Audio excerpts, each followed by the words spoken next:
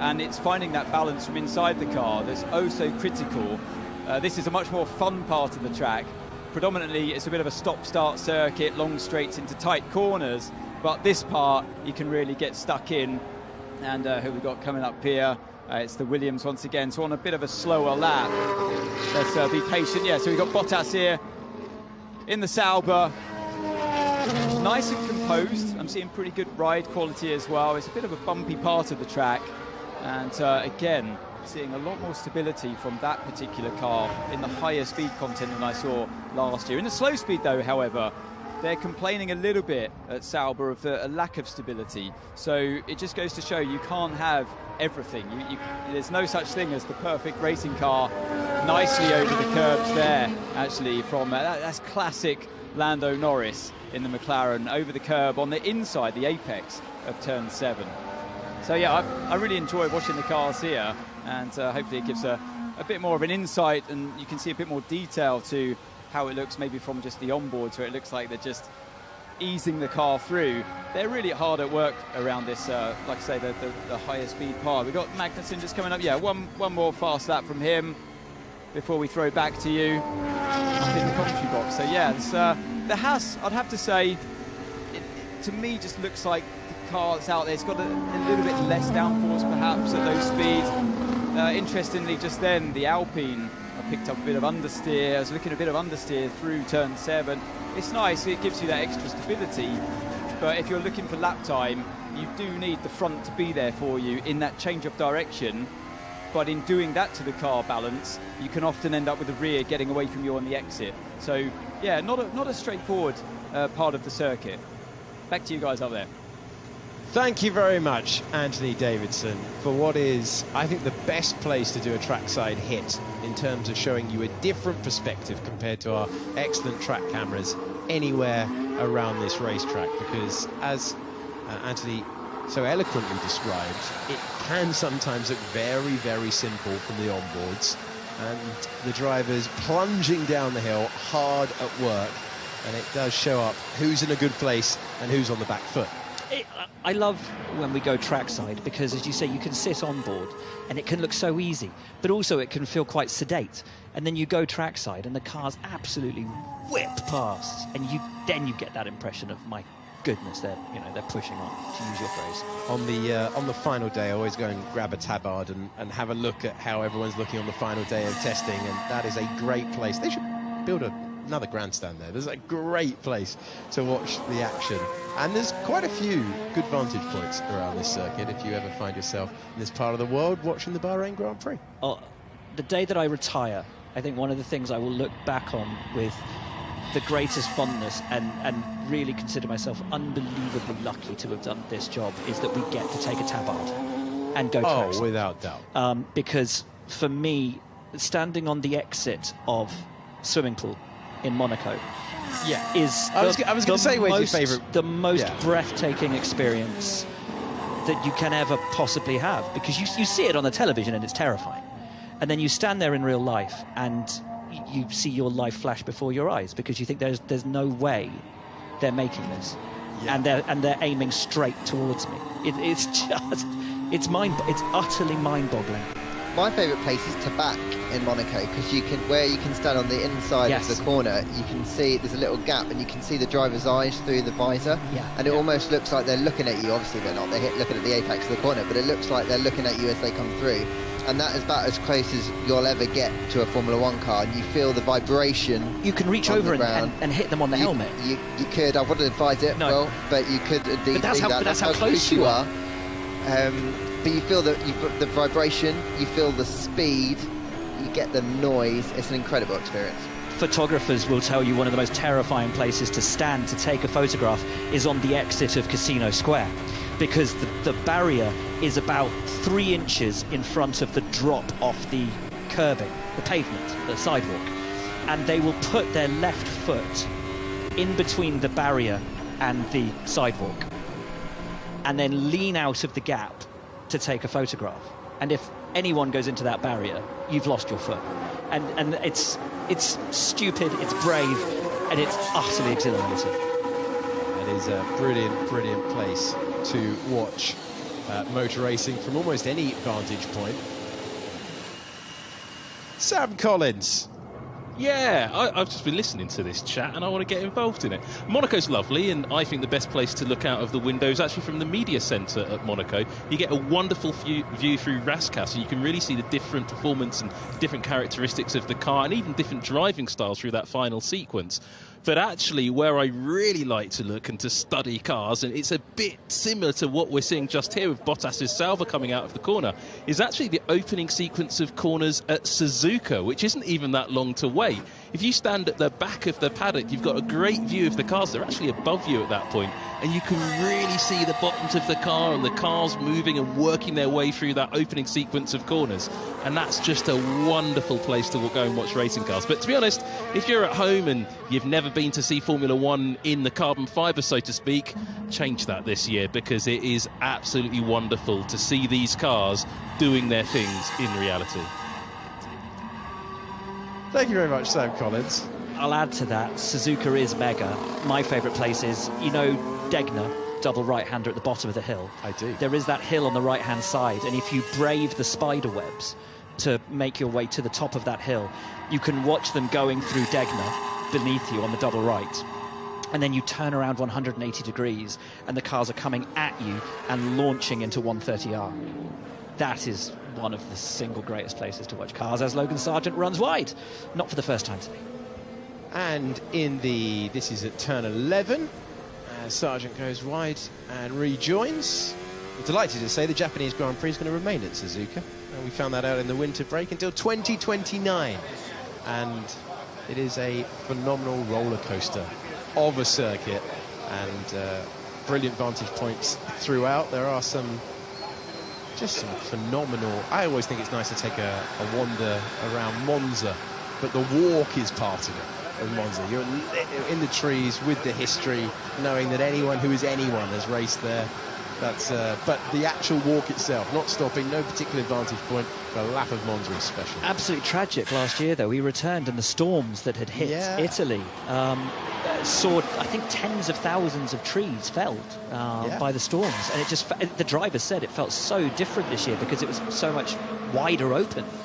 Half those trees, which have these rusty old nails slammed into the side of them as kind of climbing points, so you can climb up the trees and get a view of the track. Yeah, that is an incredible thing. Any view will do at Monza and Imola, and whenever you go to those circuits, I'm delighted that we're going to both of them in the longest ever Formula One season. You will always see improvised personal grandstands where the crates, where the nails in trees. Any view will do. And one of those people who used to take advantage of that and hear the F1 cars racing, testing, when he was at school was Stefano Domenicali, of course, who grew up in Imola. Yeah, it'd be great to go back there. Obviously, really sad circumstances last year, so it would be wonderful to, and if ever a Grand Prix was vibrant, the fans on the hill at Imola, that is something special, and the atmosphere is special, whether the conditions are in any state. It is an amazing place to go motor racing, and as Red Bull found out one year that escapes me, it is at the very edge of the town, but part of the town. So if you have to recover a car from certain parts of the racetrack, you can go on a magical mystery tour on a flatbed truck, and it can take a while to get your car back to the garage. It used to be called the San Marino Grand Prix. It did. Back in the day. It caused much hilarity. When I worked 20 years ago, when I worked at Formula One magazine, we had somebody new working in the travel department. And we had the San Marino Grand Prix in those days, and we had the Luxembourg Grand Prix as well. And our travel coordinator thought they'd done an absolute blinder because they managed to find really cheap hotels for the weekend that had space and were very close to the centre of town in both San Marino and in Luxembourg. But of course, the San Marino Grand Prix wasn't in San Marino, it was in Imola, and the Luxembourg Grand Prix was at the Nürburgring. Yeah, branding joy of yesteryear. Thankfully, we've evolved the naming conventions of Swiss motor Grand racing. Prix at Dijon Yep. in France.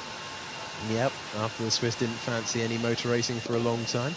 Still don't, do they? Is that ban still in place? It's been in place. I think closed circuit racing is still banned in Switzerland. Has been. You can do rallies, you can do point to point.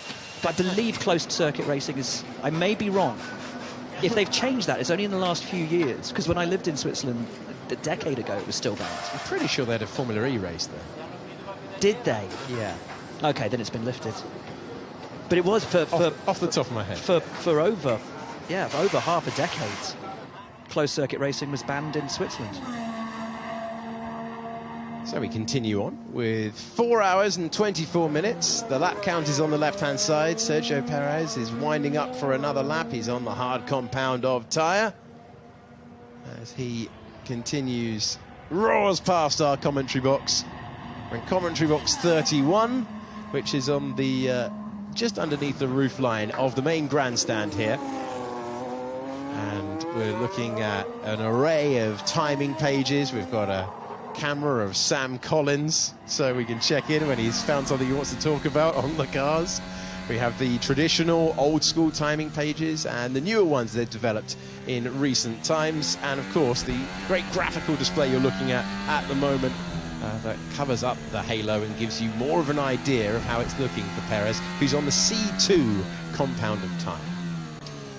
HUD, isn't it? That's what it's called. Heads-up display. It is. Many moons ago, I think it was Allianz maybe, experimented with a small sort of device inside Ralf Schumacher's helmet that displayed an HUD on the inside of his visor. It was never raced, it was never used, but I believe they tested it. Which would have been cool. Would have been very cool, but clearly went no further. No. Williams putting the screen on the steering wheel rather than on the car means that they've all got the same setup in front of them. And we were hearing yesterday from Jolyon Palmer how the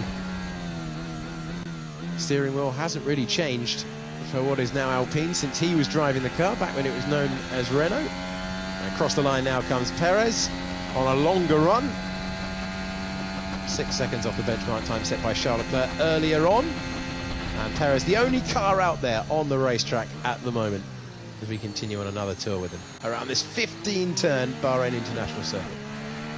Lawrence, you've got your ear to the ground in the paddock. We've hearing so many rumours about that Red Bull and potential, different iterations and developments of it in the early rounds. What are you hearing? What's the buzz? I think the general chatter this morning, I don't know if you boys have heard the same, but one senior person used the word frightening when they were describing Red Bull's pace yesterday and what they've delivered today. What am I hearing is, well, I know that they've been developing that car for a very, very, very long time, that they will never bring everything that they've got to the first test, that the correlation has been so good with this addition of the regulations for Red Bull that they can add bits to the car in a couple of races' time and not kind of feel like they need to give them a run through in testing. Wow. That's not to say that that's what they've got coming up, but I'm just saying that in terms of when they do add developments to the car, they've had real success with that. But it's just an impressive feat of engineering, really. I think the way that Red Bull have really attacked these regulations is incredible. Adrian Newey gets a lot of plaudits, but there's a massive technical team there. They lost Rob Marshall to McLaren. Behind Adrian Newey, they've got Pierre Washer, highly rated within the sport. They're doing a phenomenal job, really, with what they've got, and it's kind of down to everyone else to try and do a better job. And I always think it's a real kind of pat on the back when you see that a lot of teams have gone their direction this year, and then Red Bull have stepped it on again, haven't they? And they've kind of maybe feel like they've maximised what they had beforehand, and they found a different route in, and that's just the life of an engineer. That's just the life of a person in the technical team. They always want to be pushing the boundaries, and just listening to Max, the way he talked yesterday and the way he felt in the car. I've talked to him a lot recently, when things are going well and when he's happy, and he genuinely was, I think, pleasantly surprised given how much has changed on that car, just how good it was. So I'm interested to see what Checo's got to say later today, because when I was talking to him pre-season, over the winter he was talking a lot about having to talk to the team to understand where he was struggling last year, because the car kind of went away from his style, very different style to Max Verstappen, and he feels like he's got, you know, a checklist of things where he can make improvements this year, and he's going to hope that his form doesn't tail off in the same way that it did last year. So I'm intrigued to know, with so many changes to this Red Bull, whether or not Checo is able to get on top of it quicker and then able to have some consistency through the year. I heard a really interesting podcast over the winter. It was the High Performance podcast, Jack Humphrey's podcast, who used to present Formula One back in the day. And he was interviewing Alex Albon, and they asked him about being teammates of Max Verstappen. They said, you know, is it the car set up for him, and is it all about him? And Alex kind of skirted around it a little bit, but said, you know, look, the difficulty for anyone that lines up alongside Max is that Max has this very distinct style. And the way he explained it, I thought was magnificent. He said, imagine you're playing a computer game, and you turn up the sensitivity of every parameter to like 1,000%. That's how Max likes his car. So for anyone else, it's too much. It's too intense, and it's so difficult to get on terms with that. Yeah, there's the old tale of going into turn one at the Hungaroring. Senior member of the team once told me when Alex Albon was teammates with Max Verstappen that they had an identical issue with the DRS sticking open, which plagued Red Bull for a while with the rear wing element of the car. As you can see with the RB of Daniel Ricciardo, they're heading down to turn number one, and Alex was like, immediately felt it, because Alex has always been so highly rated by the other drivers of having just amazing core instincts for feel and just raw speed, and Max just drove around it, caught it, carried on, kept it planted. Just the ability to dance with what he's got underneath him to a greater level of sensitivity. But what a great explanation from Alex Albon. What a wonderful way of communicating what Albon has struggled with, what Grand Prix winner Sergio Perez has struggled with, what Grand Prix winner Pierre Gasly has struggled with. A great insight for us to what the three-time world champion is able to do. Daniel Ricciardo in the RB going, I used to get quite close to him back in the day. Look, it was such a strong lineup, Daniel and Max. There are the question marks about whether Daniel will return to Red Bull to be Max Verstappen's teammate. Daniel's made no bones about the fact that is why he's back in Formula One. But you're not getting the Daniel of 5 years ago, and he's not going to be racing the Max of 5 years ago. It will be a very, very different scenario there if he does make it back. But I do think that the two of them as teammates formed possibly definitely one of the strongest lineups that Red Bull's ever had, possibly the strongest lineup that Red Bull's ever had. You could probably argue that Vettel and Webber were stronger, in the absolute height of Red Bull's dominance in the early part of the 2010s. But certainly a very, very strong lineup. And it was the way that Max kind of looked up to Daniel. Daniel was that team leader, almost like a big brother character for him. And Max really looked up to him. But now Max would be the one in the ascendancy. Daniel would be the de facto number two, no two ways about it. The dynamic would be very, very different. But I don't think Max has enjoyed having a teammate as much as he enjoyed having Daniel as a teammate, because there was a genuine kinship there that I don't think he's had with any other teammate.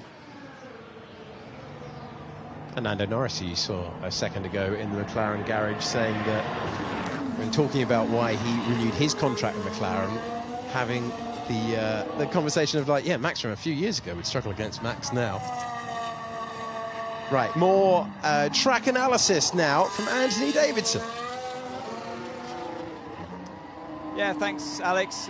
Standing down here on the outside of turn 9 and turn 10, we've walked over from, if you just look to the left-hand side, just walked over from the across the sand at the top. We were on the outside of turn 7 before, so you can see how there's just one corner in between us, and it drops downhill quite a lot from where we were. And then we continue to drop down the hill towards turn 10.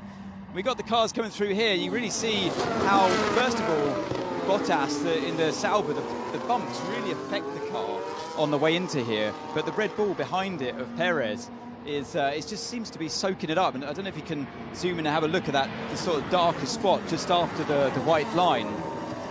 That white line, by the way, is the detection point for the DRS, which in race, obviously, you can use if you're within that 1 second of the car in front on the exit of turn 10, where you've got the activation point. So just after this detection point, DRS zone, you've got the bump. And it's that bump that caught out Logan Sargent yesterday, and he spun around. You can actually follow it through and see the lines that he left there still there today, and just see, it gives you an appreciation of just how far he went and the energy therefore that they're carrying into this corner on the exit of turn 8, which is one of the slowest speed corners on the track after turn 1, of course, taking around about 45-50 miles an hour. Here comes Stroll past us very slowly, just on a cruise lap here.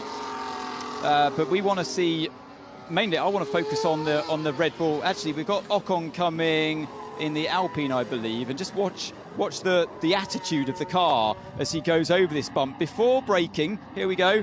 And you see it affecting the braking all the way into that corner. And that's what's challenging these drivers today.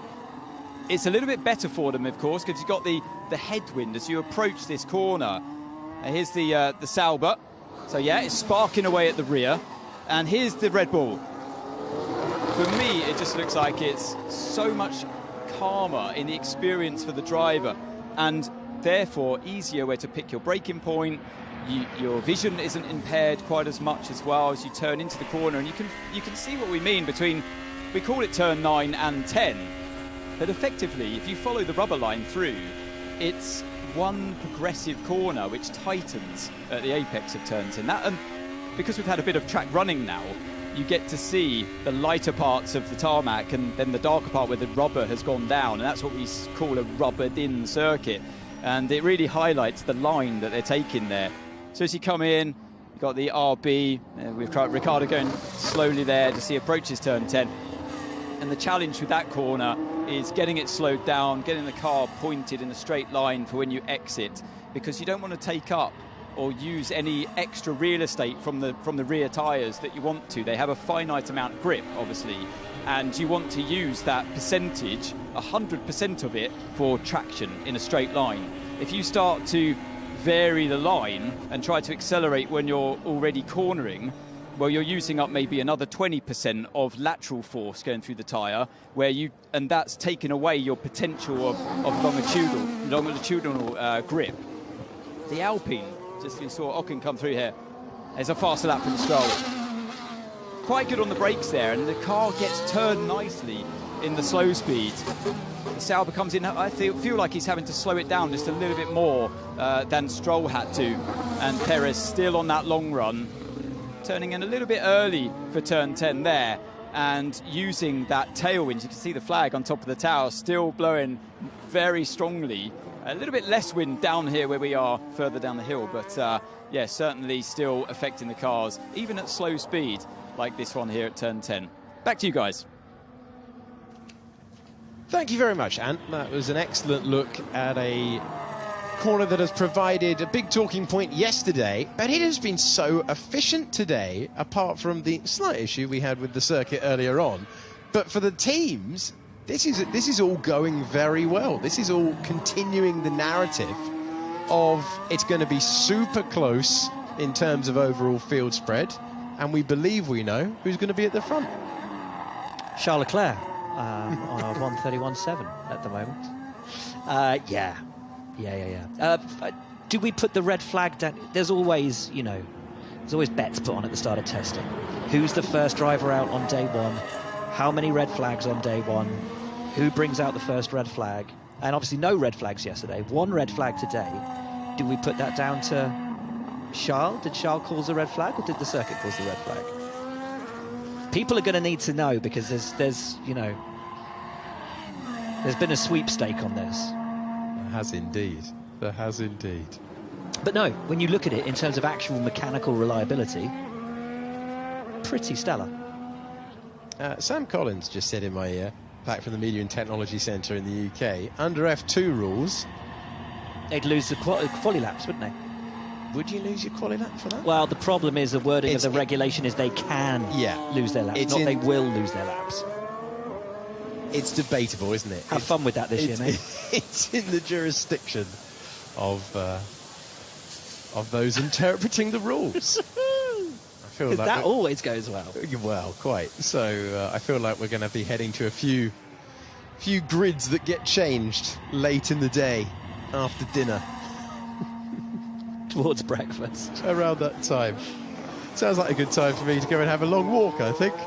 We're going to have a change up in the commentary box. Rachel Brooks is going to take the mic.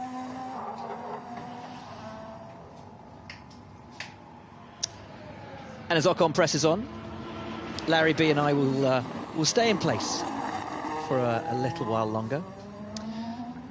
Alpine, Will. Yes, mate. Kind of in no man's land last year. What are you hearing about where they're at right now? Well, we had a really interesting chat with Jack Doohan in the morning session, and from what he was telling us, the team seemed pretty happy with where they're at.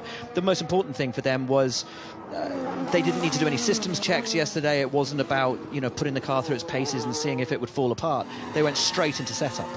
So they're pretty happy, and they're just getting on with the project. They're one of these teams that are just sticking to the plan. No big headline times, you know, not sticking on the soft rubber. Spending the majority of the time, I think, on the harder compound tyre. Just getting on with it. They're definitely taking a different approach to this year in terms of predictions. Do you remember this time last year, there was a lot of chatter inside the team that they were really optimistic and hopeful about what they could do, even to the extent they could close the gap to the top three teams, and obviously it didn't pan out that way. This year, they're super cautious. Yes, and I think they need to be. It's that whole, you know, under-promise, over-deliver thing, which is so important in the sport. But, I mean, again, you look at how tightly congested the midfield became last year, and the fact that when you get a Williams jumping up from a P10 to a P7 and then wanting to press on and push for a P6, a P5 in the constructors, you've got your Red Bulls, you've got your Ferraris, your Mercedes, your McLarens up there potentially in the top four. Okay, who else enters the mix in the top five? Is it Alpine? Is it RB? You know, who are your main contenders going to be? And it's going to be so tight. And I hope we get a scenario like last year, where it's track dependent, weekend dependent, condition dependent, and it's up and down all the way through the year. Hi, Rachel. Hi, how are you? Great. I've got a prediction for you. Hit me. Ooh. So just listening to the teams at their launches, listening to them all speak about, or majority of them speak about their cars, a lot of them have gone back to some sort of baseline where they feel they have a lot more options than they gave themselves last year in terms of development. And they are all talking about this development race already. We haven't even had a race yet, and they're talking about it. And it feels to me as though, while at the moment there could be a slow start and we could see Red Bull outpace. I mean, look at the time Max put in yesterday. But I feel by the middle of the season, we will have a really, really close pack behind them. Whether they can get close to Red Bull, I mean, you know, they just keep developing. But the rest of the field, I think it could be fantastic. By the time we get to the summer break, we're not going to want to take a break. That's my prediction.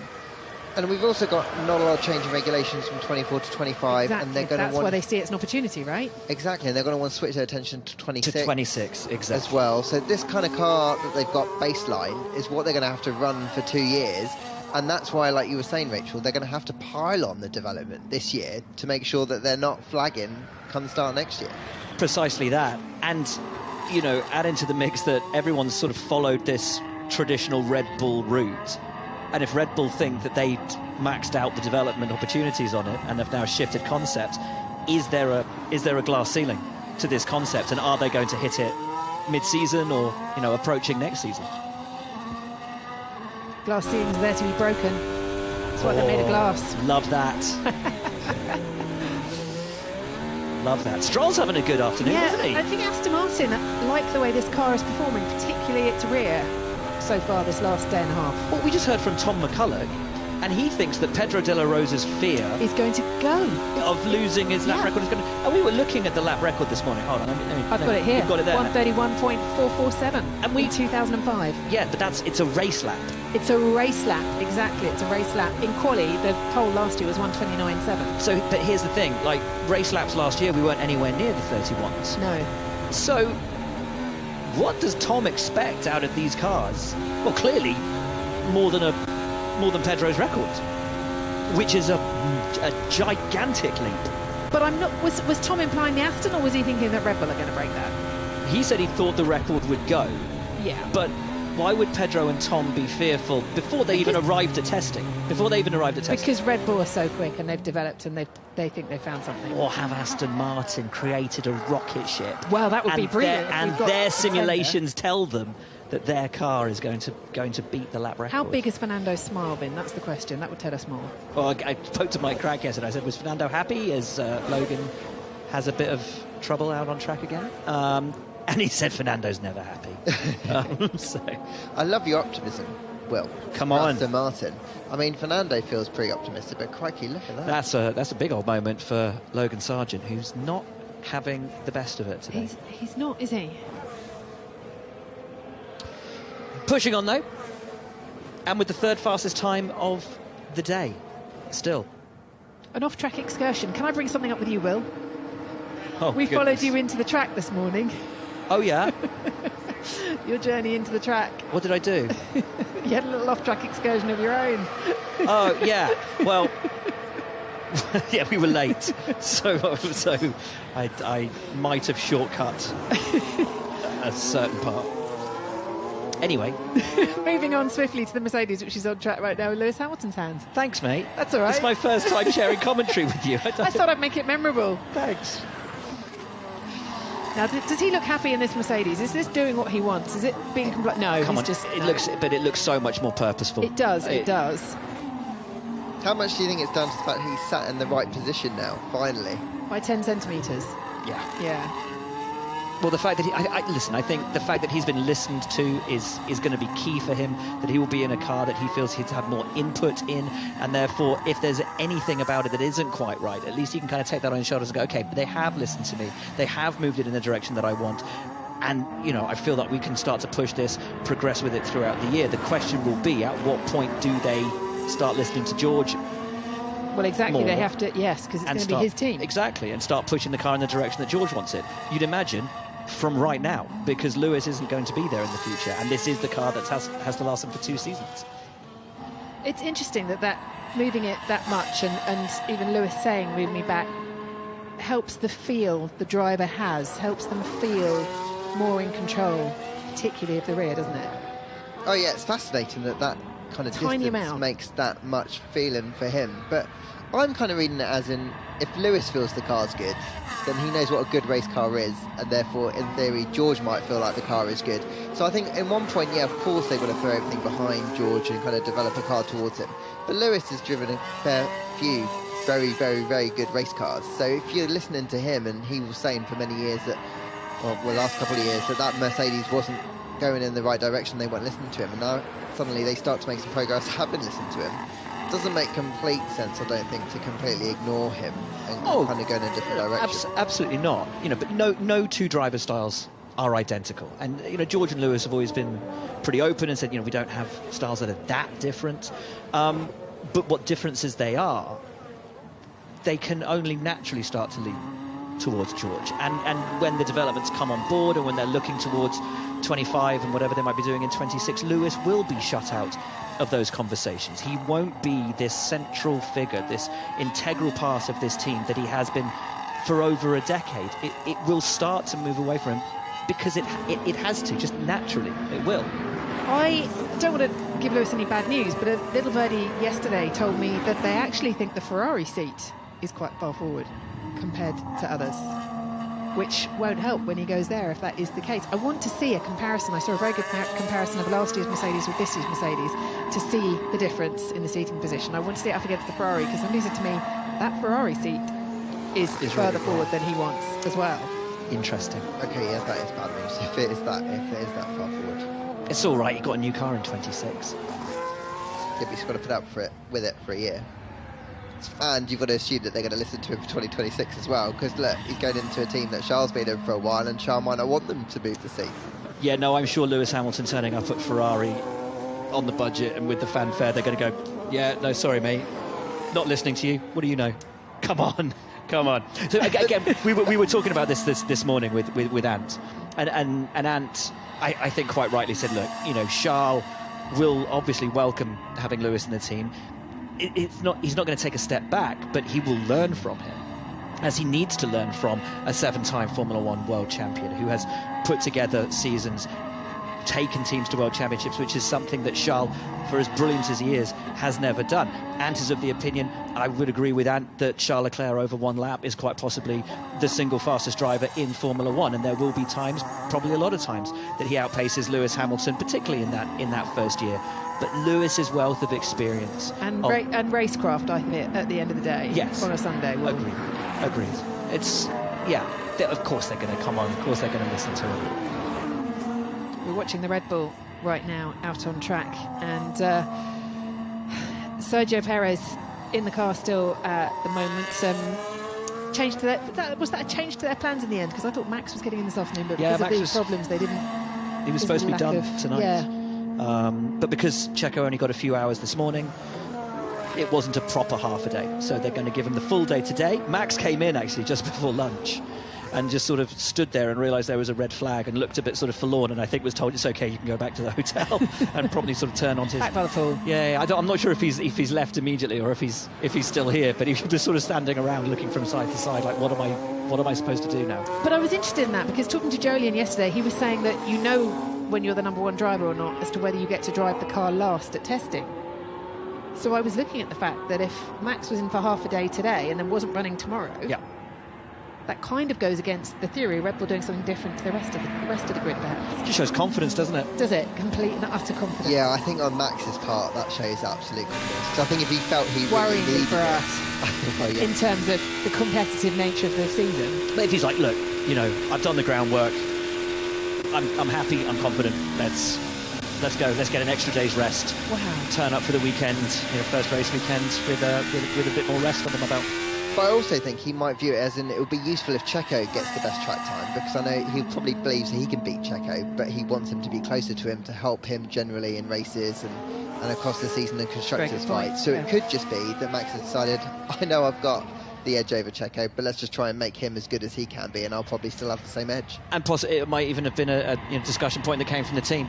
Max, would you give the last day to Checo just so we can, give him that bite when the track's at its best? And Max is like, yep.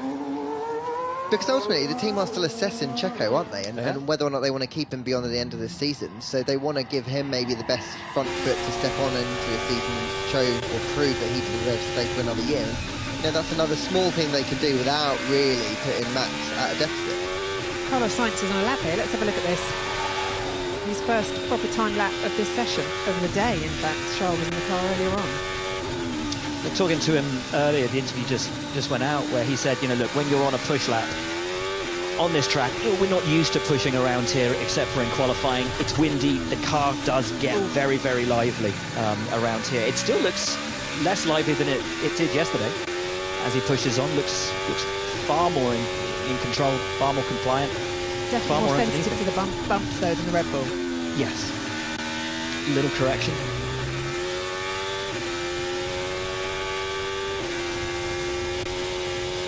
A couple of little corrections through the uphill right-hander. Not too bad. Not too bad. He's not going to beat Charles's time, but we don't know how much fuel he's running. And he's on the harder tyre as well, so... Oh no, he's on the C3s. No, nice lap. I think there's a fair bit of optimism down at Ferrari at the minute. I think one thing that they really struggled with last year was degradation. They really obviously struggled on a Sunday afternoon. I think from what I'm hearing early doors, from what they've learned, they've made steps in that area. How much I don't know yet, but when they were comparing it, say, to a long run that Mercedes did yesterday, I think they believe that they were very competitive relative to that. So I think that's a really good step forward, and that is with retaining the real strengths of the car, which were in qualifying, over one lap, getting the very best out of those soft tyres. So if they can get a better balance this year, maybe, just maybe, Ferrari will be in better shape. Carlos Sainz Sr. there.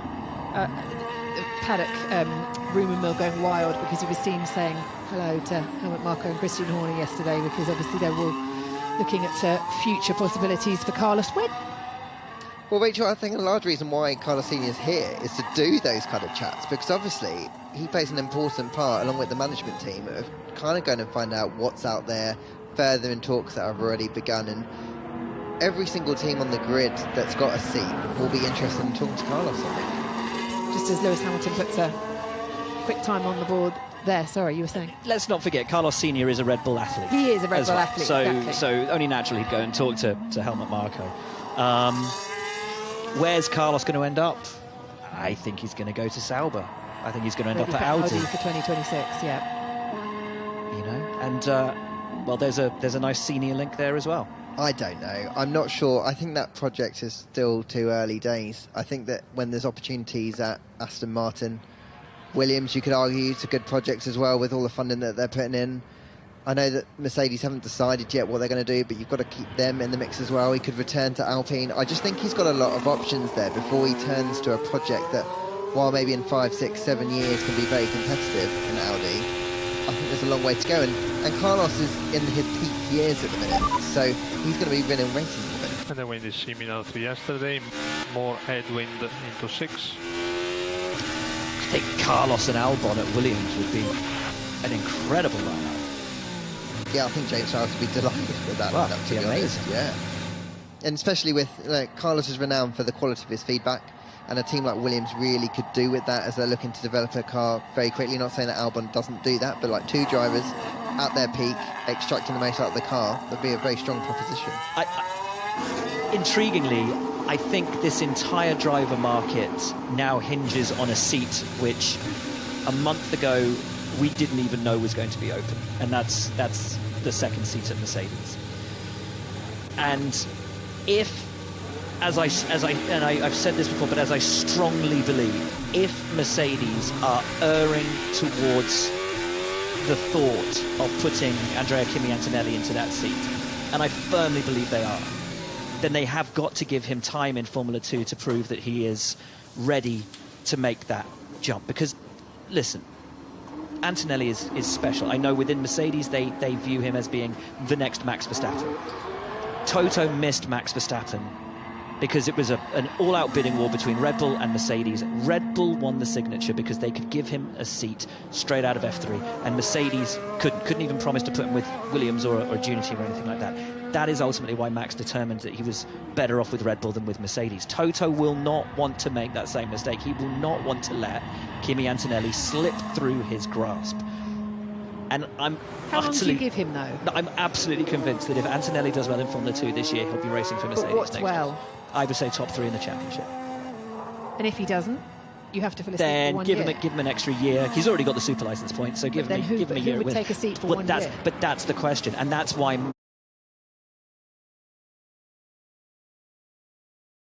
Mercedes have got to make their mind up on this as quickly as humanly possible, because the driver market, I don't think the driver market can move until that seat is secured, whether it's for a 1-year deal or whether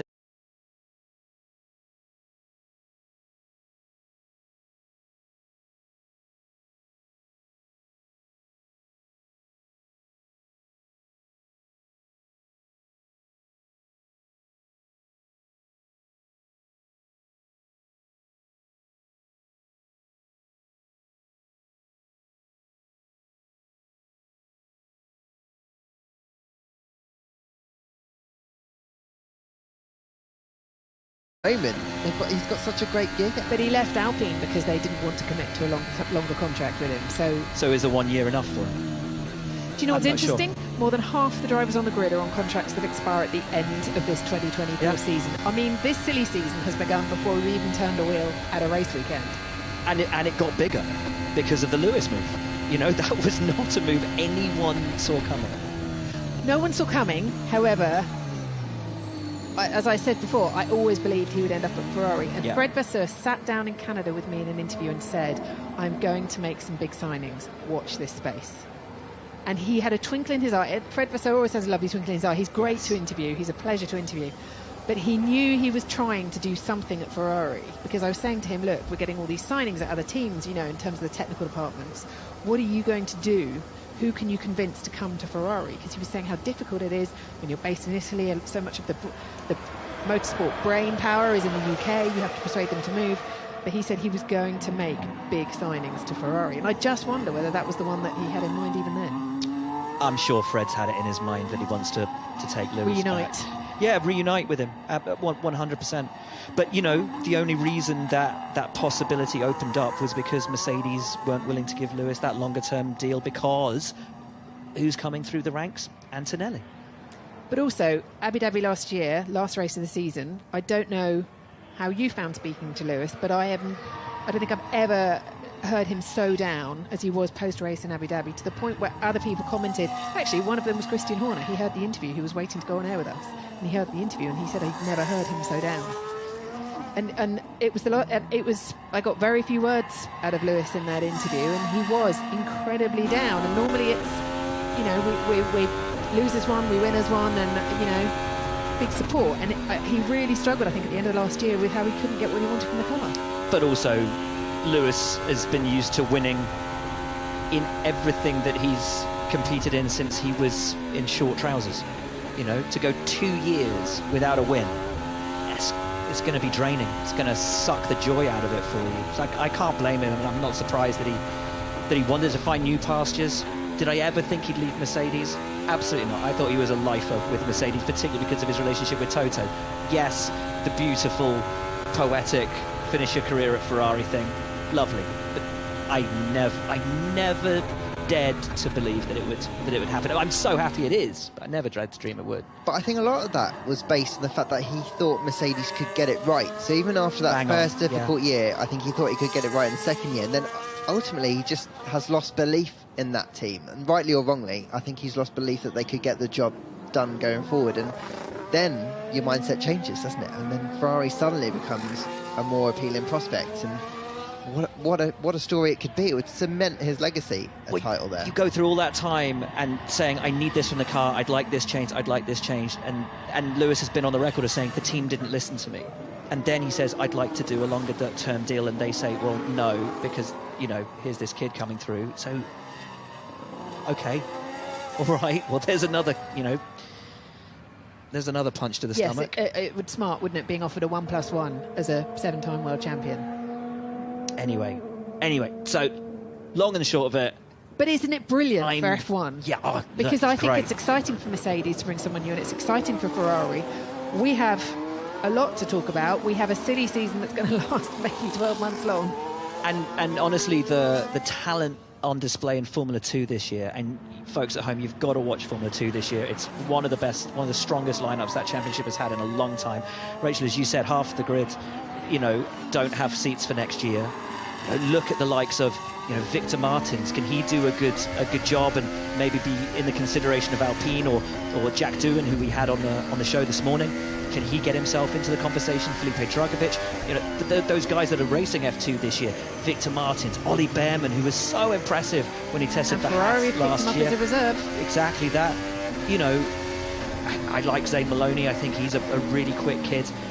And Antonelli and so many really talented drivers who might put themselves into the conversation.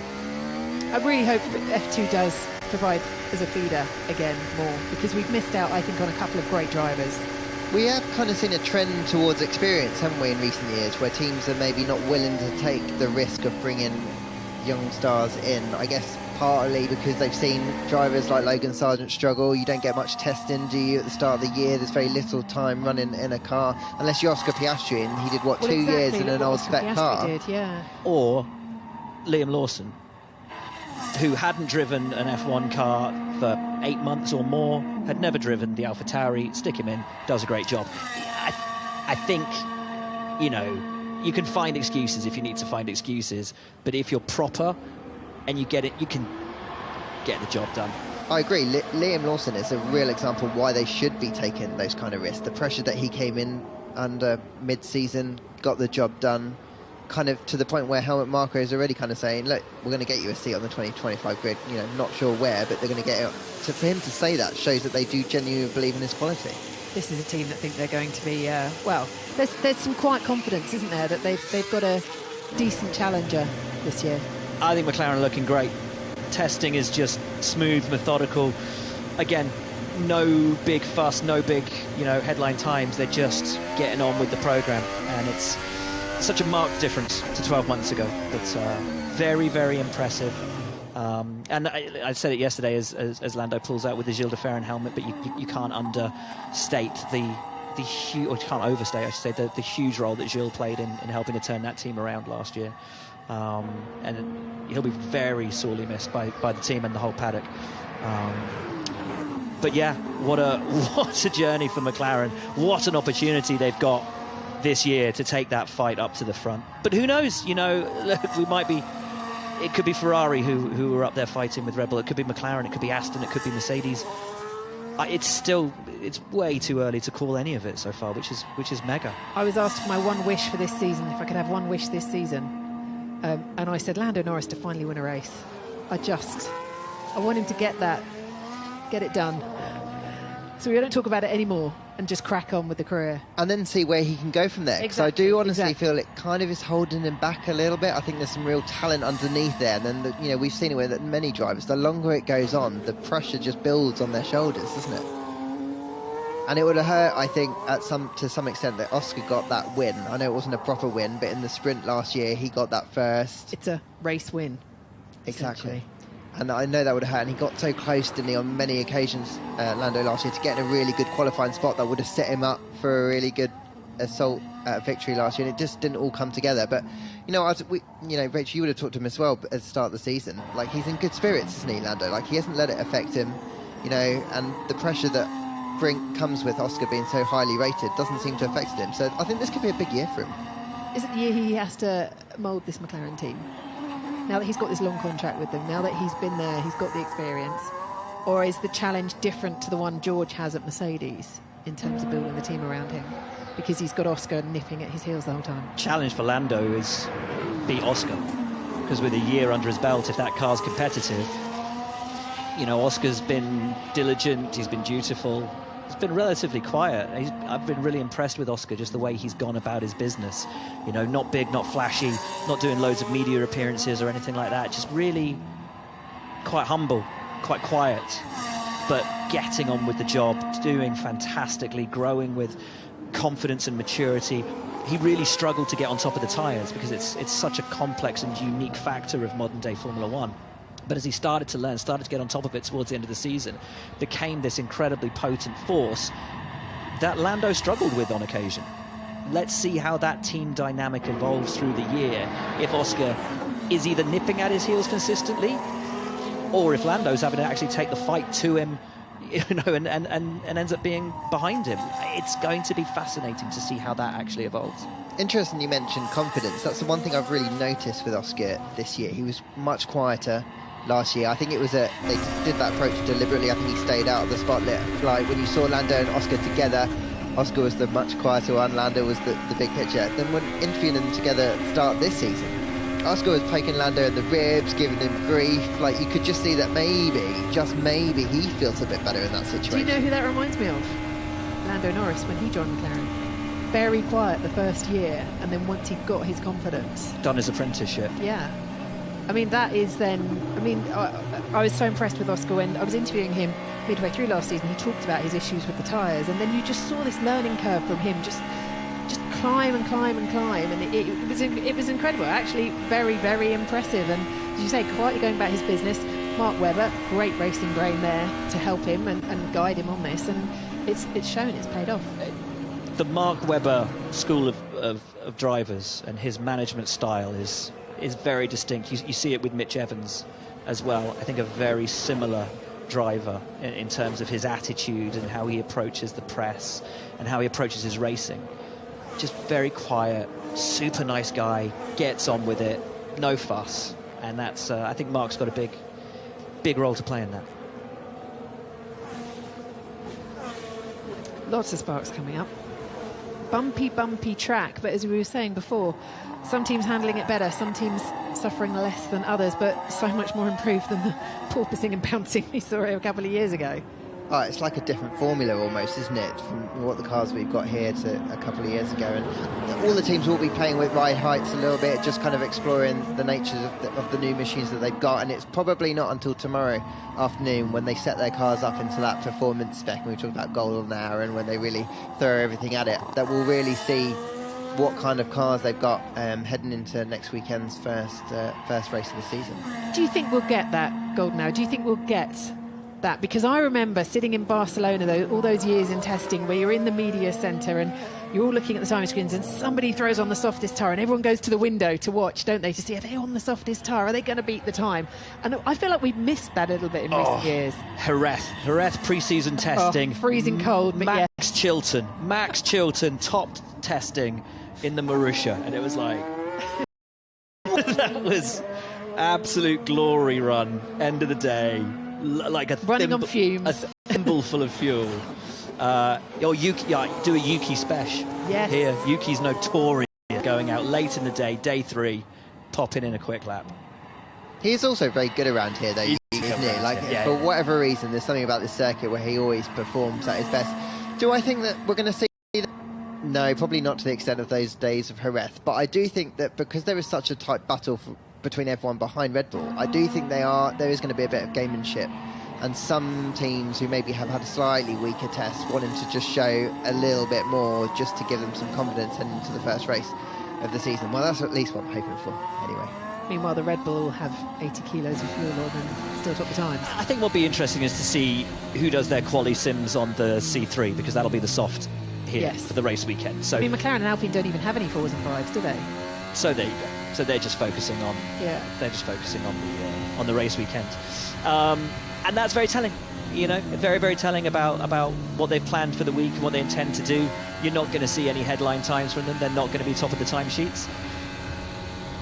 But they may have actually just prepped themselves methodically for that opening weekend. Love to see it. This just looks so nice to drive, doesn't it? Serene. Jolyon Palmer's joining us in the commentary box right now. I'd love to get his take on what it must feel like for Sergio Perez to drive that around this Bahrain International Circuit. We saw Max put that quick time in yesterday. Sergio's done a lot of the, I would guess you say legwork. I mean, they've been doing some longer runs, haven't they? And they're gathering an awful lot of data so far today. But Jolyon, when you watch that car and you watch the onboard there, I mean, it just looks beautiful to drive, doesn't it? It looks so settled, the Red Bull. And it must be quite exciting, I think, for Checo yesterday as well. Watching Max go out and do that, you'd have a bit of a few jitters seeing a new car, seeing your teammate jump into it.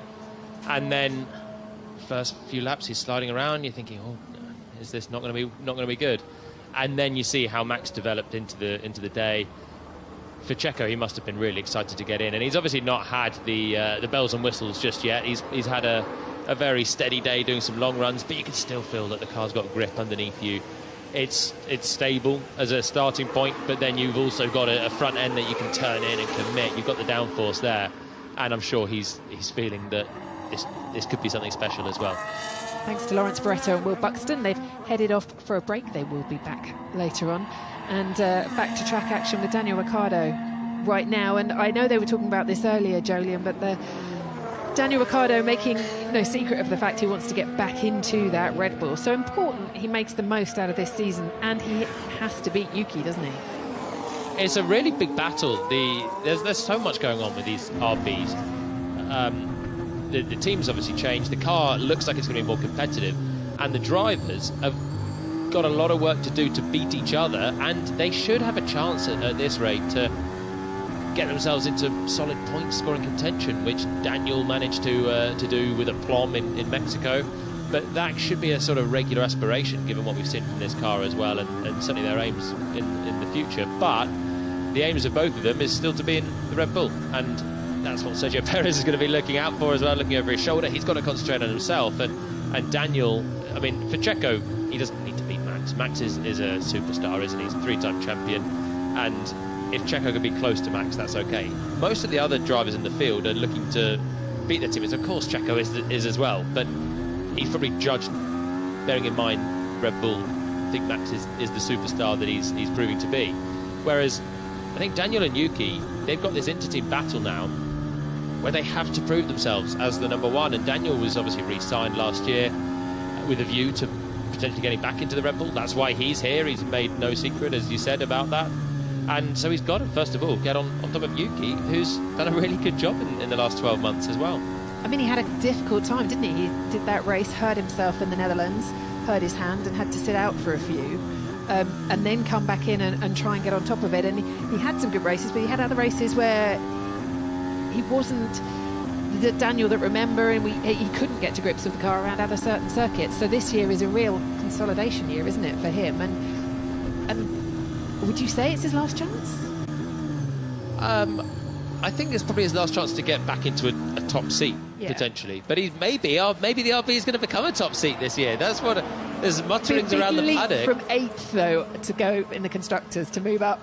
There's mutterings in the paddock that they could be getting towards maybe not Red Bull, but somewhere near the chasing pack and some podium contention, and that's a decent place to be if you can't be in the Red Bull. So, of course, Daniels, and he's still hoping, both of them are still hoping to make the jump to the Red Bull, but I think if he doesn't do it now, he's 34, going on 35 this year, I think this is his shot, alongside Tsunoda, who I think Red Bull are respecting Yuki's performance, but as yet, I don't think they think that he's potential Red Bull seat worthy, as proven the fact that he's not there.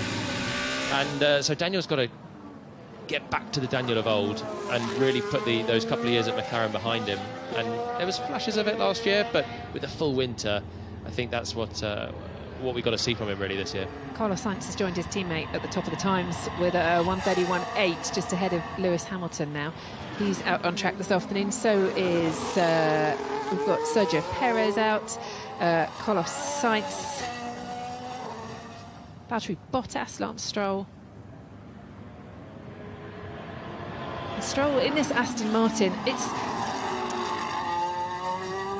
What do you make of this Aston Martin? I know they seem to be pretty happy so far, judging by what we're hearing from the team and from Tom, but where do you think they're sitting right now?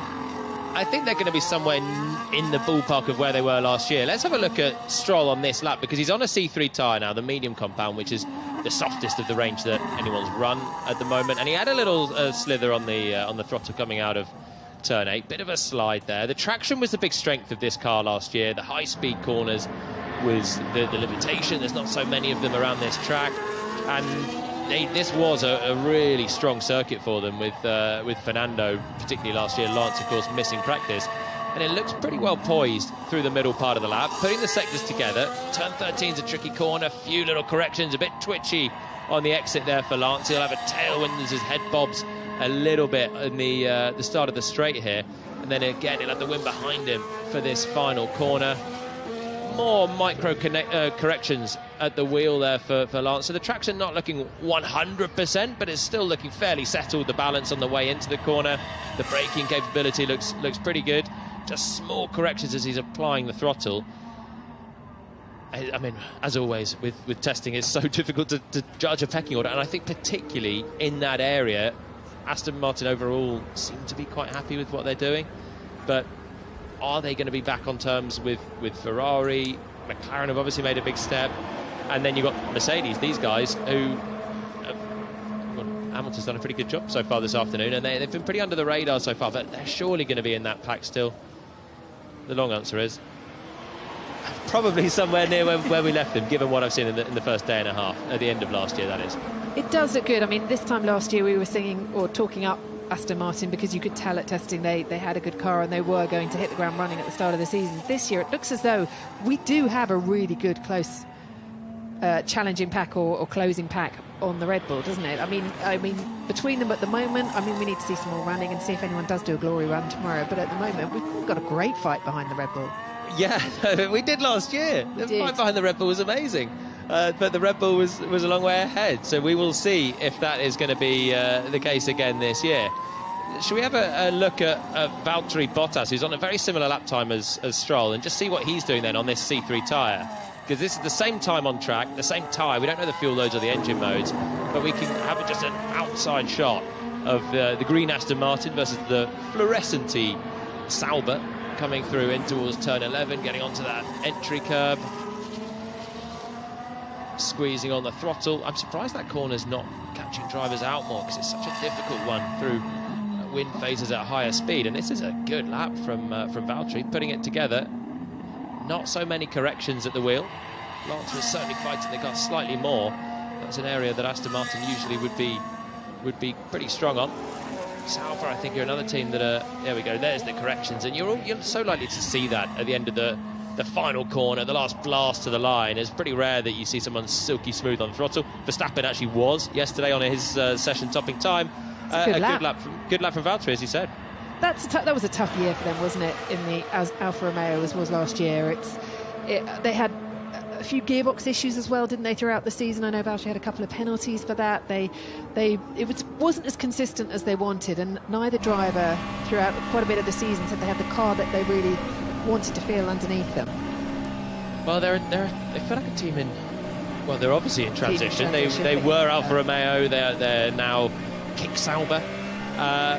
But it's more than that, isn't it? There's Audi coming in. They're in this limbo phase, but they've still got a good technical base at Hinwil. They've got an established race-winning driver at the wheel, so they've got the package there, and there's still a lot of good knowledge behind this team. They started this set of regulations in 2022 so well because they got down to the weight limit, crucially, which makes such a big difference. Didn't they? I remember, yes.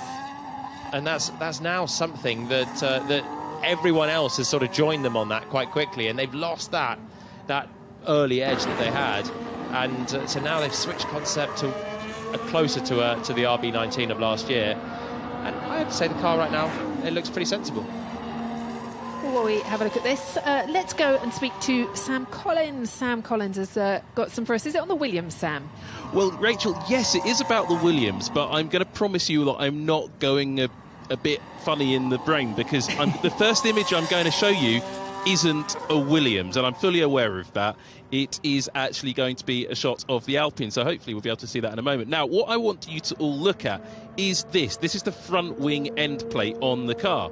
And on these front wing end plates, there are things that we call in the industry dive planes. And you can see on the Alpine, it's a fairly flat section, almost sort of S-shaped, but not particularly detailed. That's a part of the car that every single team use. Now, I just wanted to show you at first the Haas. Now, this is something that in this area Haas have played around with all the time. It almost looks like one of their design engineers had a bit of an artistic flourish when they were doing their front wing end plate, coming up with this very wiggly sort of design here. And it's quite a strange design. It's almost like, we talk about water slides on the back of the car. This looks like the water slides at the Hungaroring that go down the hill next to the race circuit. Looks like quite an entertaining design. Don't know if it's any quicker. The wind tunnel will probably confirm that. But the car that's really caught my eye is this one, the Williams. Now, this is something you don't normally expect to see coming from Williams, but they've actually got quite a big wind tunnel allowance with this new car as a result of their finishing position in last year's World Championship. And I just want to draw your attention to, again, this same part of the car, the front wing end plates. And you'll see what I'm talking about just here as the car comes into the corner. You can see, rather than having a conventional little sliver of carbon fibre as the dive plane, they've got a big old wedge of material. And I've actually got a really nice close-up image of that part, which I'm just going to show you here.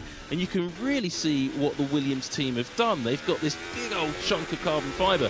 Now, I thought at first, is this a little test housing? No, this isn't. This is something that's pretty substantial. You can see how they've bonded it into the front wing end plate there. And you can see that this is something the team want to stick with. And this is a really different direction. We've never seen a team try anything quite like this in the current generation of cars. And there's very little freedom to play around with the shape of the end plate.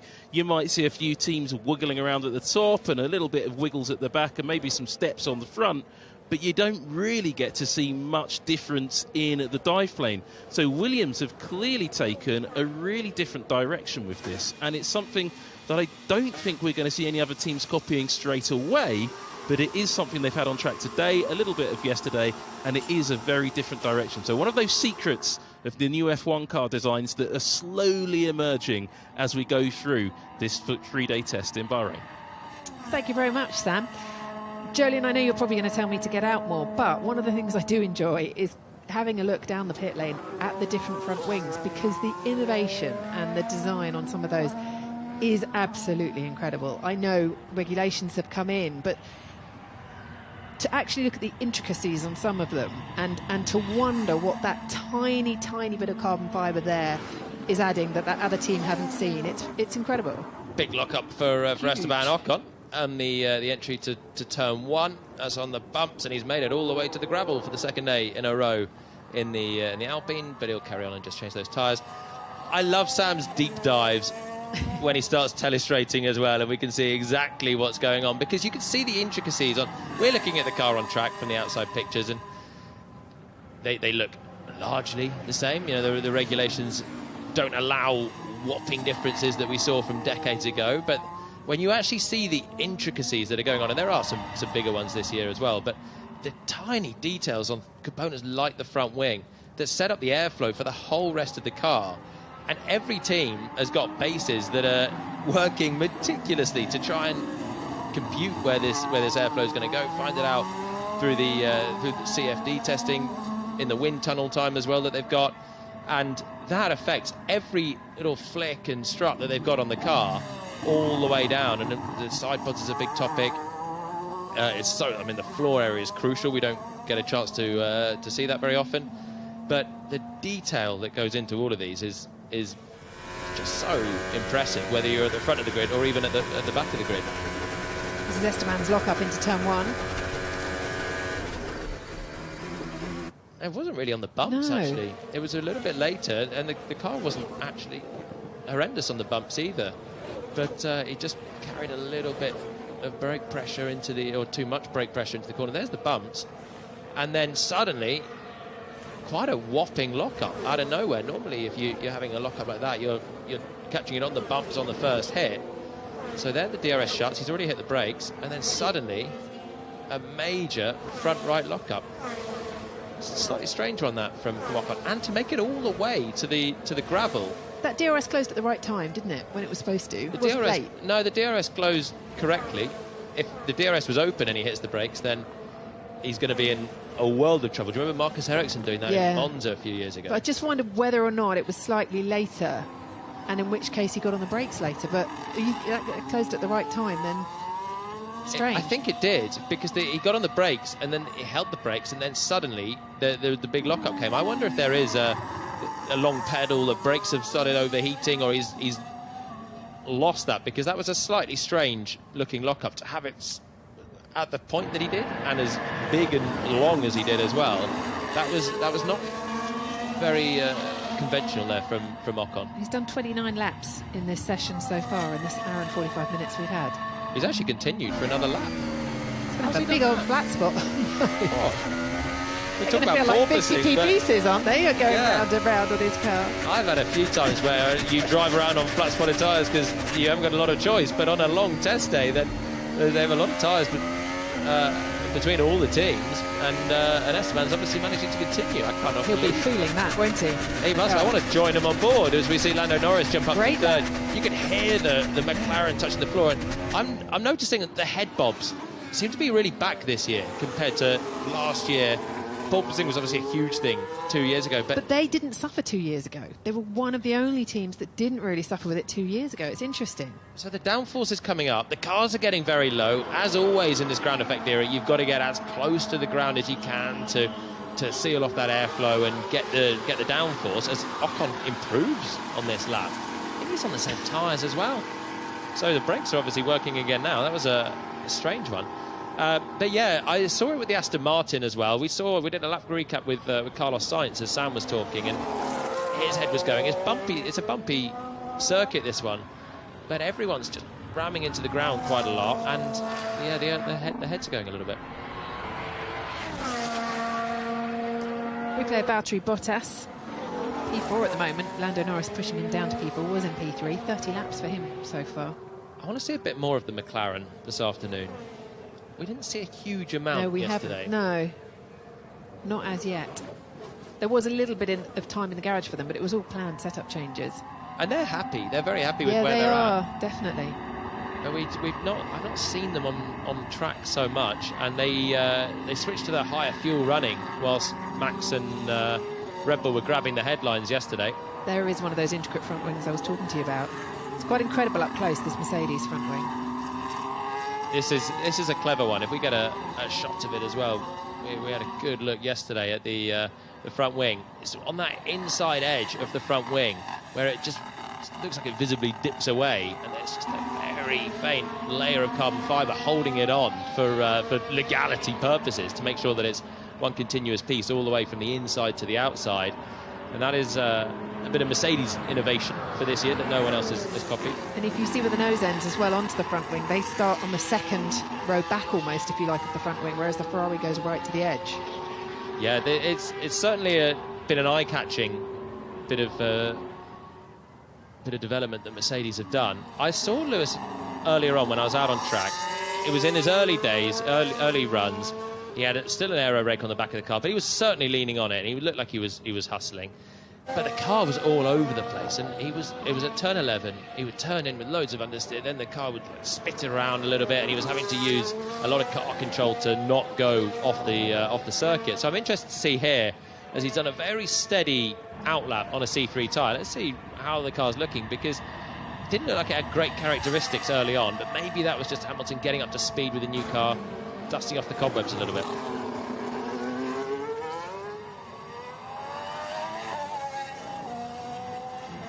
Sounds like a little bit of wheel spin coming out of turn 1.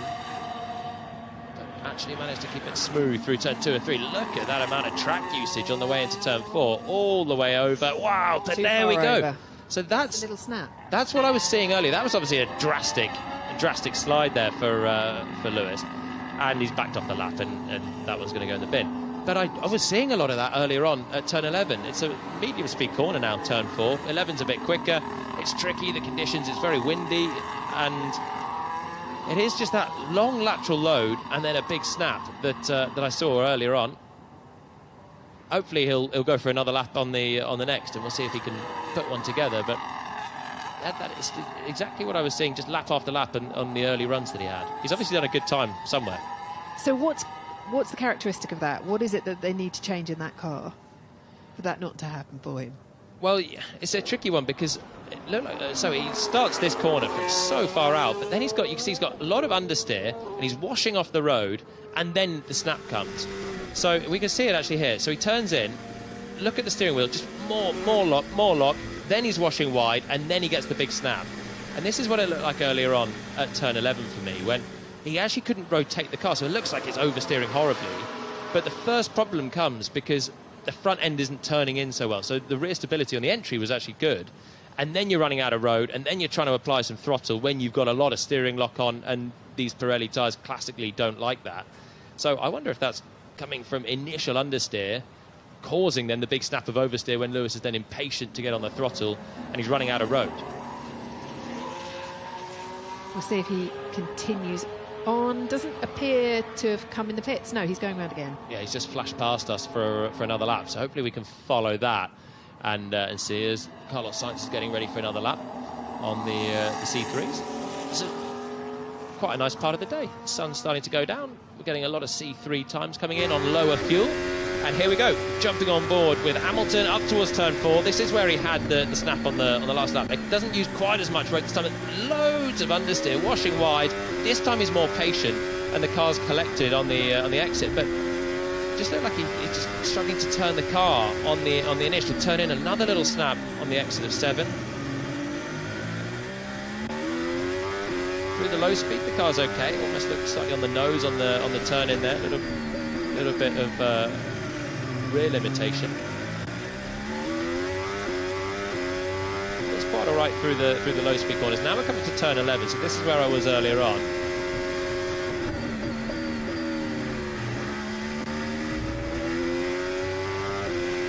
Still washing wide, still understeering into that corner. Again, using so much road on the way in there.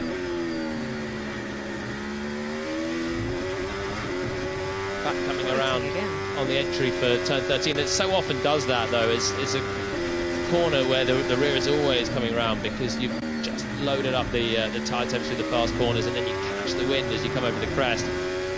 Final corner, and he'll drive to the line and not improve his lap time. Obviously, half a second away from his best lap earlier on. Carlos Sainz is on the lap at the moment. Here he is on the C3. And this is the fastest middle sector of anyone. So he's still fighting the wheel, still playing around with it through turn 13. That's the one I said it's very difficult not to have oversteer, particularly when the track's not completely rubbing in and the temperatures are warm and it's gusty. And then Carlos again to the line here now.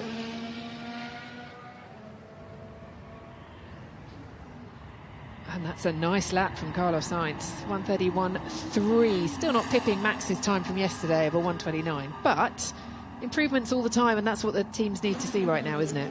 Yeah, the Ferrari's got some pace in it at the moment. Both drivers seem to be quite happy. It is moving around a little bit. It's not got complete stability. I think it seems to be riding a little bit harsher than some of the other cars. You saw with Hamilton, okay, the balance didn't look to be quite there, didn't look completely hooked up, but he was able to Muller over all the curbs, and that shows there's compliance in Hamilton's car. The Ferrari, I think, just doesn't look, it looks to me a little bit less compliant, but the downforce is there, and that's what you're getting as a trade-off, and both drivers happy with the car just moving around slightly more than the likes of the Red Bull and the RB from what I saw yesterday. So just 3 cars out on track at the moment, Hamilton, Sainz and Logan Sargent, and Laura is down in the paddock for us. Laura. Enrico Cardile joins me just outside Ferrari. Enrico, welcome along. We're back. First day of school, back of the season. How have you found the first day and a half so far for Ferrari?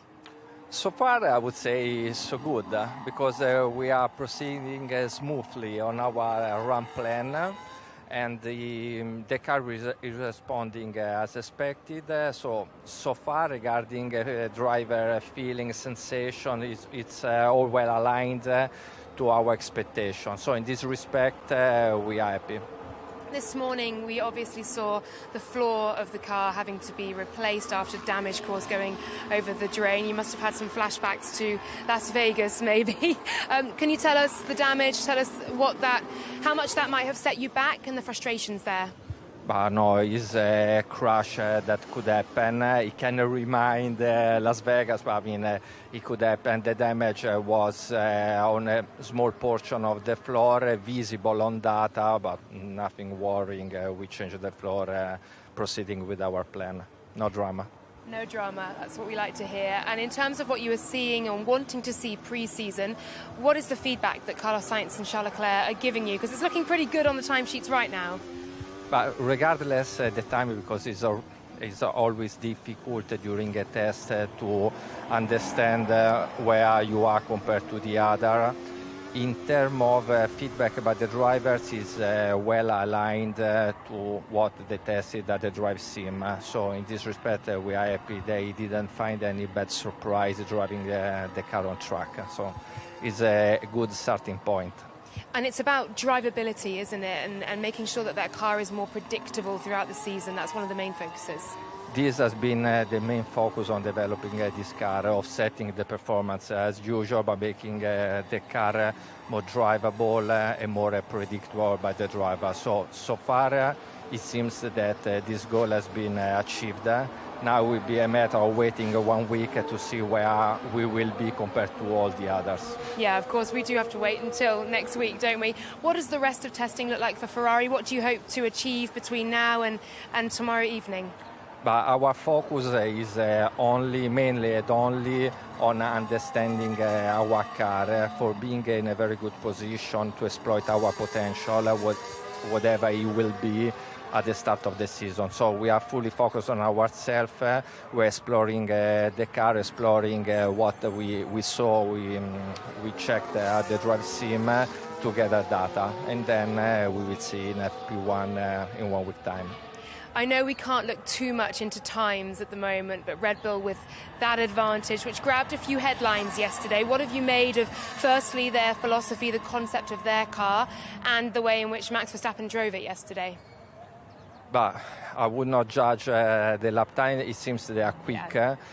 I didn't spend a lot of time checking the car. People at the factory are checking, controlling all the cars. So when I will be back, we will see. For what I saw, the car is an extreme evolution of what they did in the last 2 years. So a good evolution. Let's see where the performance will be. We shall see. And final question, just the hopes, the aims, ambitions for Ferrari, not just in Bahrain next week, but perhaps for the first sort of quarter or third of the season or so. Our ambition is obviously to be competitive for each race, fighting for winning, but this is obvious. And we work there, we are working for this. Enrico, thank you very much for your time. Appreciate You're welcome. Best of luck. Thank you. Thank you, Laura, and thank you, Enrico. I should correct, actually. I spoke earlier and said Max did a 1:29 yesterday. It was a 1:31.344. So actually, the Ferraris are getting much closer. He's still clinging on, though. 24 hours later, the next attack could be from Lando Norris, who's just flashed underneath the commentary box, and will start another time lap. It'd be nice to see what the McLaren can do here. He's on the C3 tyre, according to our screens, and it's coming through the first sector as we're staying with Lewis Hamilton on a higher fuel run at this time, keeping his foot in, bouncing his way over the bumps. And here we get Norris in the McLaren. There are the C3 tyres, and he's sliding as well, coming through the exit of turn 4.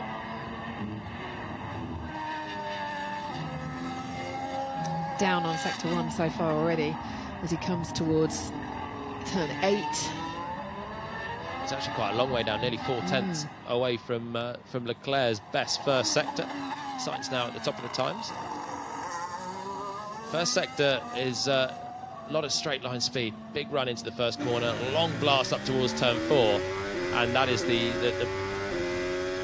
most power sensitive sector. The final sector as well is quite power sensitive into the final corner and blasting to the line. Middle sector is the longest and fiddliest for the drivers. A lot of slow speed through the corners we've just watched Lewis Hamilton come through, and then you're into this faster corner as well. So this is Lando finishing his lap, coming round turn 14 and 15 that Ant says isn't a corner because you just go flat from 14 round. And we cut away from it as he did the fastest middle sector of the day so far. And let's see how he does to the line then. Still, he's fighting the rear of the car as well. He made up a lot of time, considering he was 4 tenths down in that first sector. Yeah, well, it was fastest middle sector. He's a tenth quicker than Sainz in the middle, where the bulk of the corners are, but there's certainly the first sector's got some very technical corners and, well, a couple of corners in the first sector, a couple in the final sector. Norris managing to get quicker than the Ferraris in the middle part of the lap, and we found a good chunk in that middle sector as well there, Lando, as we cut away from him. But the car still looks, I think, part of it is the tricky ambient conditions today. You've got the wind out there. The track still is getting better, is much better than it was yesterday, but the temperature's still hot. 22.5 degrees air temperature will just cool off as the sun starts to set, and the track should get better. So I think maybe that's why a lot of drivers are struggling with traction on some of the longer loaded corners. Lando looked to be in a similar boat as Carlos, I'd say, in that a decent front end, able to turn it in, and then just having to modulate the throttle a little bit. Lance Stroll in the Aston done 24 laps so far this afternoon, and down 7th quickest at the moment, but we haven't really, been out on the C3 tyres, he's still on the C3 tyres, haven't really seen them do a really quick lap yet. There's a bit more potential in that car, isn't there? I think so. Well, we think there is. Yeah. I say that very confidently. We think there is. Yeah, they were very happy after yesterday. Let's see what Lance. This is almost like one-shot qualifying at the moment in the days of old.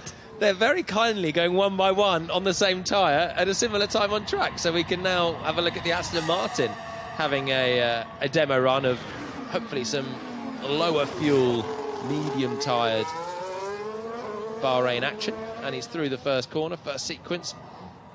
Better traction there for Stroll, not fighting the car at all. As soon as you start fighting the rear, obviously the rear tyre temperatures start to creep up and it could become a bit of a snowball effect. And Stroll looking a little bit tidier on this lap so far. And that is a very tidy first sector, just half a tenth away from Carlos Sainz. That's quicker than Norris has just done in the first sector in the McLaren, but Norris has the best middle sector, which we didn't see. But we will see if Stroll can manage to keep with him and put the pressure on Sainz's top time. So far, I think the track's is looking a little bit better for Stroll. The turn-in's okay, and this was more akin to what we saw from Aston Martin last year and what I saw really from Alonso yesterday morning as well.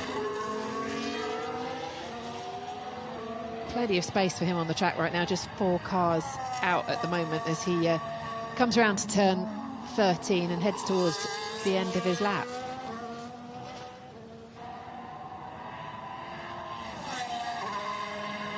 Looks like it's going to be a decent time from him. It almost looks, Jolyon, as though the teams have spoken to each other and said, you can have this little bit of time to do yours, we'll do ours at this time, we'll do ours at this time. But looking at the schedule for the race next week here, of course, qualifying isn't until 7 o'clock in the evening. That is on the Friday, of course, because we have a Saturday race here, and the race itself starts at 6. So the only time these times will be relevant is actually during practice 1 and practice 3.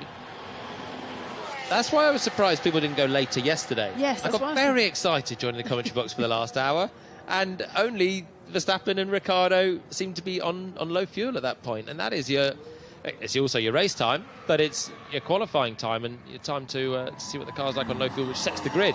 But there's a few teams out there that are having a real priority of race running this winter as well, and Ferrari are one of them, because their degradation has been a little bit higher for a couple of years, and they know their qualifying pace was very good at the end of last year. They're thinking actually what's more important to the race result is understanding the tyres on the longer runs. Maybe they'll switch to that again later.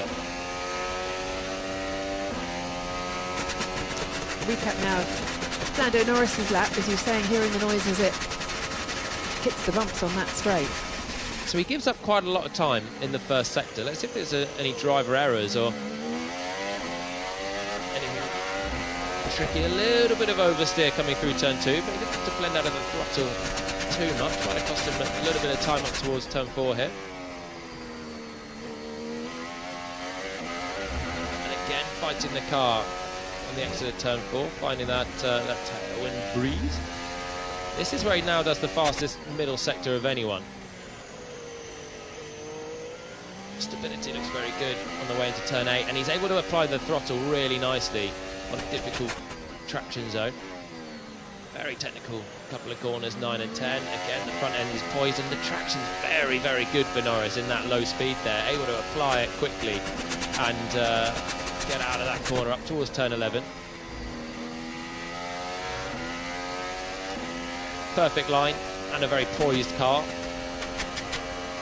So at the start of the lap looked a little bit looser on the rear end, and as he's gone on, it's come towards him. Small corrections on the way in there, but turn 13 is always a little bit tricky. I think too loose. We've seen everyone struggling with a little bit of oversteer so far through the apex of turn 13. Final corner. Again, small correction there as he jumped on the throttle. Overall, a very tidy lap, and particularly turns 8 and turn 10, from the lowest speeds on the circuit, he was able to get on the throttle pretty quickly with no correction at all. It's always a great place to stand outside turn 9 and watch them go through 9 and 10, because as they come in, it's hitting the apex of 10, isn't it? And it's the line they take through 9, and who can get through the quickest, the neatest. I mean, how do you approach it? It's so tricky. I always used to focus on kind of braking as late as I could, still making the apex in a controlled fashion. But turn 9, if you start doing that through turn 9 and 10, it's just so easy to start locking your inside front, missing the apex, running wide. We've seen that a little bit this week, but it's because you're coming through that sweeping left. There's bumps in there as well, where Logan Sargent hit yesterday and went for a spin. It's a really tricky one. You also can't attack the brakes in that corner because you're braking and turning and the inside front is unloaded. So you've got to just squeeze the brake pedal like you're driving a saloon car or a road car, rather than what you're used to and what Carlos Sainz will do in a few seconds' time down at turn 1, where you mash it. On the C4s, these are the red ones. This will be your time, Jolyon. I have been waiting a long time. It's all yours. Let's see what he can do then. Building it up through the C3s. Now this should be the best rear grip Carlos has felt so far, and you can see that there straight away. Able to turn it through turn 1, hug the right-hand side to get the smooth run. Through 2, up through 3.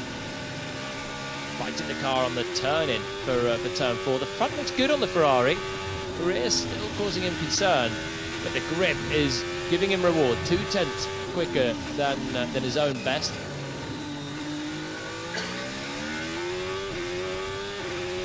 Fastest sector one so far of the day. Getting really wide out there on the curb on the entry to turn 9, which I haven't really seen before. Be interested to see what the C4 tyre does through this final sector coming up, because this is actually softer than the race tyre that they'll be using next week, so it's more explore about this tyre for later in the season. Still giving him reward at the moment, even with the higher temperatures. Able to find a good amount, flat out through turn 12. And you can just see the car's it's more alive, isn't it? The grip level's up. He's having to make smaller adjustments at the steering wheel. It's still a little bit nervous on the front on some of the turn-ins. The traction, you're always going to be limited, because the more grip you have, the more you squeeze it on quicker. And that is exactly what you see out of the final corner. But the whole car is just coming together on the C4 tyre. And that is easily the quickest time of testing so far. About time we had a soft tyre on a front car. It is about time. I mean, Carlos did say the car is feeling lively over one lap, and actually overall it's less wind sensitive, more predictable and more drivable.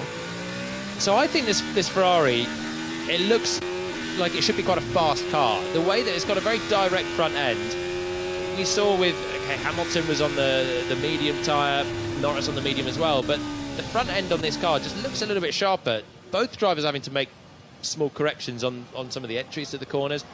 That's also how Charles Leclerc has constantly been saying he wants to drive, with the car right on the nose a little bit. It's probably more favouring his style than Carlos's in theory, but Carlos still getting a great lap out of it just there. Really clean and right on the edge of grip. And I just think it looks quick over one lap. The question is that going to then give them trouble over multiple laps? Because you've got the sharper front, which is putting more stress on the rear tyres, and a circuit like this is very rear limited. What did you prefer? Which did you prefer in your car when you were driving? Oversteer or understeer was the perfect neutral balance. Well, no, I mean, in terms of, we hear a lot about a driver's driving style and what Max prefers compared to Sergio for the way he drives. The ideal car for you was more pointy? When I was driving, I never thought about it. I just wanted. I think drivers have their styles, and you always want to have a car that's. You don't want to be fighting oversteer, and you don't want to be really fighting understeer. But your natural style will be kinder for an oversteery car and understeery car. So a driver like Max, he can deal with a really oversteery car because he's got such sensitivity in his controls. His steering inputs are so smooth that he can have a car that naturally, for many other drivers, would be oversteering horribly. But because Max is so smooth, he brings that naturally oversteering car towards a neutral balance, if you like. And there are other drivers, someone like Lewis is typically good on the brakes, will carry a bit of brake into the corner, he can deal with a bit more understeer because his style can be more aggressive on the way in to provoke the car to turn. But they both are heading towards what would be a neutral car, so they don't go to the debriefs and say, I need some oversteer, guys. I want to have oversteer in the car. They are still treading the knife edge of oversteer or understeer for their driving style, and I think that was the same for me. I always wanted to start with a stable rear end.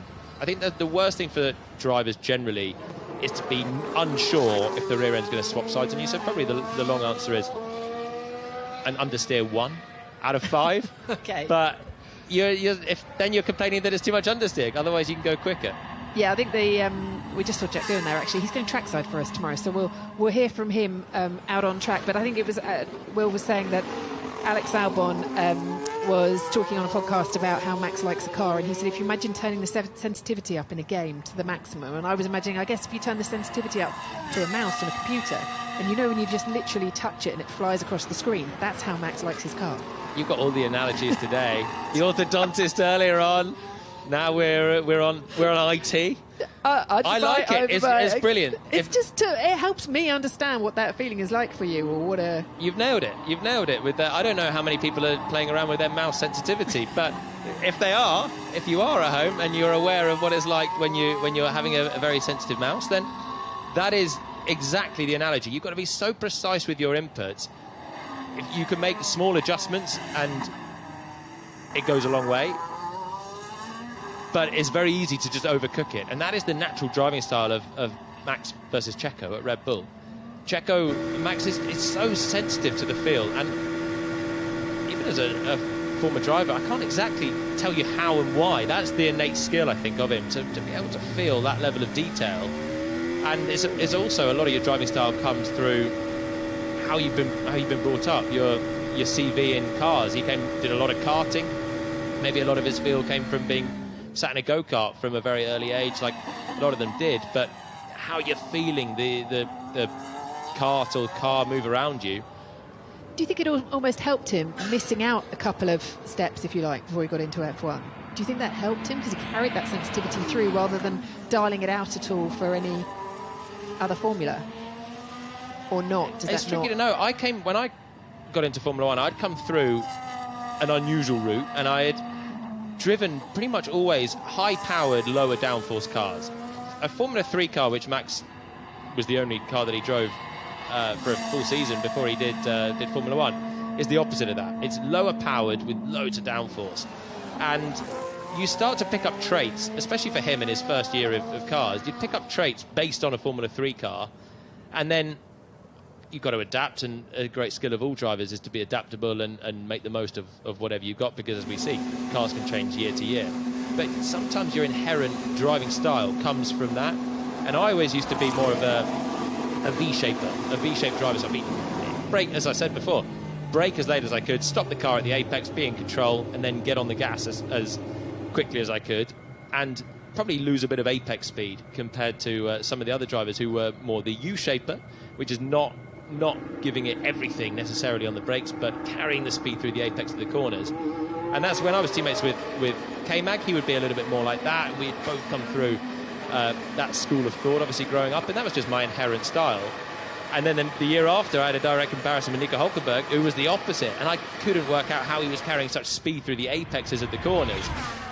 And I think a lot of it comes down to just how you sort of grow up through karting or getting into cars, and the teams that you're with and the styles that they want to kind of propel you to as well, because Max was 16 when he came into cars. He's obviously got a father that raced and would be giving him a lot of tips, I'm sure, the whole way through.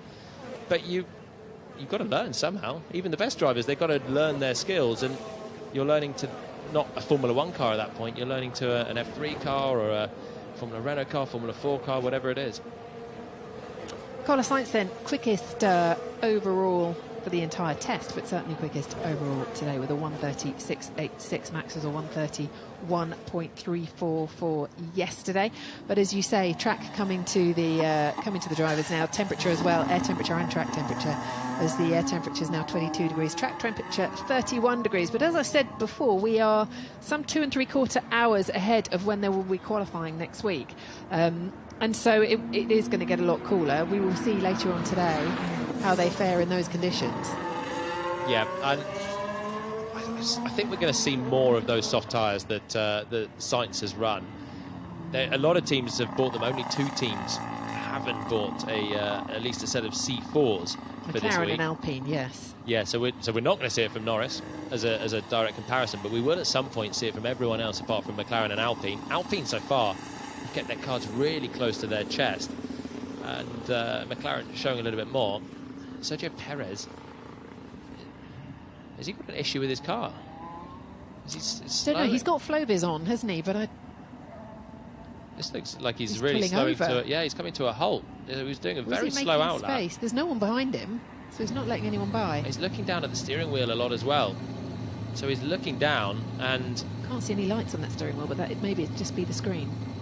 Oh no, there are lights on the lamp. There's no gears. It's not telling him what gear he's in. Yeah, unless it's a very dark screen. The engine's still running. He was on a steady outlap as it was, but came through turn 13 and immediately pulled off the racing line. And you don't want to be doing this if you're about to be heading into a flying lap, being so far off the racing line, picking up a little bit of sand on the tyres, looking around, and then looking back at the dash. So I wonder if they're trying to advise him on the radio about something he can do to resolve this issue, or at least get back under his own steam. Well, yeah, that's the important thing as well. Save a lot of time if you can get back into the pits rather than being recovered from out in the desert. He's